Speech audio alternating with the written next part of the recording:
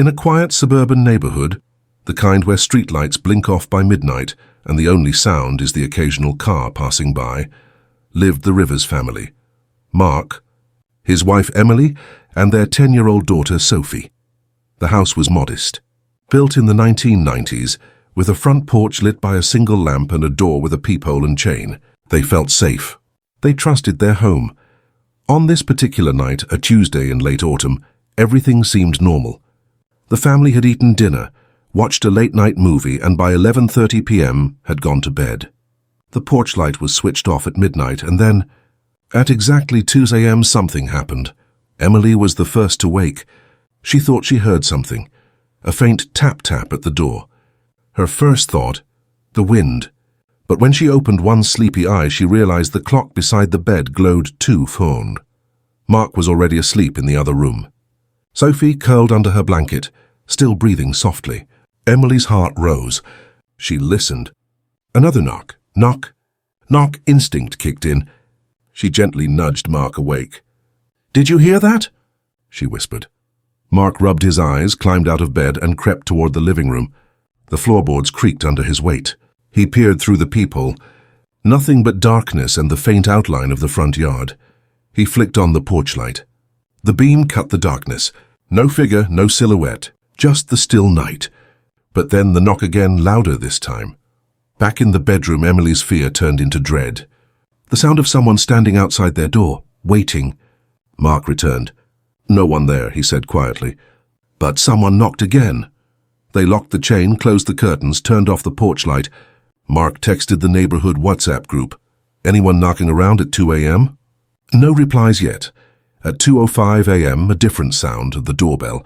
2 rings, then silence. Mark froze. The sound came from the front door, but their bell was wired directly. No ghost chime. They both held their breath. Emily whispered, "Should I call the police?" Mark placed his hand on her shoulder. "Let's wait a moment and watch the camera." They had recently installed a doorbell camera, but hadn't activated the motion alerts yet. They checked their phones. Nothing triggered. The front porch looked empty. Mark reached for the chain lock. At that moment, heavy footsteps. On the porch floorboards, someone pacing. 1, 2, 3 steps. Then one more knock. Knock, knock, knock. They backed away into the bedroom, hearts pounding. Mark called the police non-emergency line. The dispatcher asked for their location details. "Someone is outside our door, knocking and pacing," he said quietly. She told him officers would be dispatched to check. Meanwhile, Emily kept her phone flashlight on, peering through the curtains. The porch light was still off, but the camera was pointed. On the screen, a faint shadow passed left to right across the porch. Un shoe, perhaps. Mark zoomed in. The figure was wearing dark clothes, hood up, but no face visible. Then the chain rattled. The doorknob turned slightly. Mark shouted, "Get back!" Emily ran to Sophie's room, pulled her close, whispered, "Mommy's here." Outside, the figure stopped. The doorbell rang again. Once. Then silence. The figure vanished from camera view. The porch light remained off. The only sound, wind rustling the leaves. The police arrived about 8 minutes later. 2 officers with flashlights swept the yard, checked every window. No one found. No footprints in the dew-soaked grass. No damage to the door. They told the family to stay alert, call again if anything else happened. In the morning, Mark reviewed the doorbell camera's video. The shadowy figure had walked up, paused, knocked 3 times, rang the bell, then walked off. At exactly 2:02 a.m., exactly 2 minutes after the first knock. He checked the timestamps. Neighborhood chat revealed something strange. 2 houses down, another family heard knocks at the same time. They had left the lights on all night. The police confirmed they got a similar call from the block. Emily searched local news. No reports of break-ins, no arrests.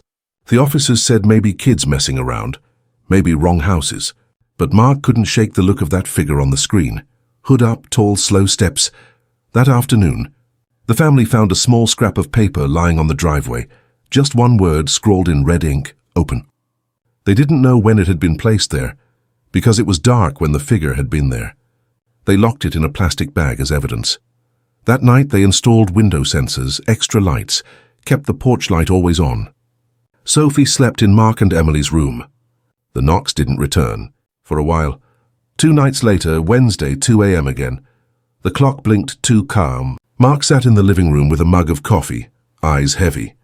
Suddenly the porch light flicked on by itself. He froze. He looked at the camera. The figure stood again, but this time it didn't knock. It placed its hand on the glass of the door. The camera focused. A pale-looking hand, fingers stretched flat. Then the figure stepped backwards and raised its hood. Mark gasped. The face was blank, no features. Fair, smooth grey surface staring at the camera. The doorknob rattled. Then the chain lock clicked open. Before Mark could move, the door swung inward slowly. The front door opened. Emily jumped up from the bedroom, grabbed Sophie. Mark lunged for the light switch. The figure entered the living room. The porch light went out, plunging everything into darkness except the camera's infrared glow. The figure hovered by the door frame, then turned and looked toward the staircase. A soft voice, not a whisper, more a hiss, and said, "Thank you for letting me in."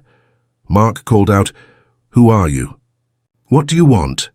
The figure did not answer. It vanished into the shadow of the hallway. The door slammed shut behind it. The living room lamp flickered on. The figure was gone. Sirens in the distance. Neighbors peered curiously. The police arrived. They searched the house. Nothing found. But in the video camera memory, the final shot, the figure walking away from the house across the lawn into the darkness beyond the streetlights. Timestamp 2:03 a.m. The Rivers family never discovered who knocked on their door that night, or what crossed the threshold. The scrap of paper open remained unexplained. The figure's face remained featureless. The police filed the case as a possible intruder. But the camera's data intrigued them. No visible footprints, no car tracks. The figure walked in silence. Emily still sleeps with the window loose-locked at night. Sophie sometimes asks why that man never came back. Mark changed the door, added multiple locks, but nothing gives him the feeling of safety he once had. What makes this story truly chilling is not just the knock at 2 a.m., but the fact that someone or something patiently waited until the house was dark and still and then asked to be let in. And once it disappeared. So tonight, before you go to bed, ask yourself, if someone knocked at your door at 2 a.m., would you answer? Would you know who was on the other side? The dark has things we cannot name, and maybe sometimes it just wants to be invited in.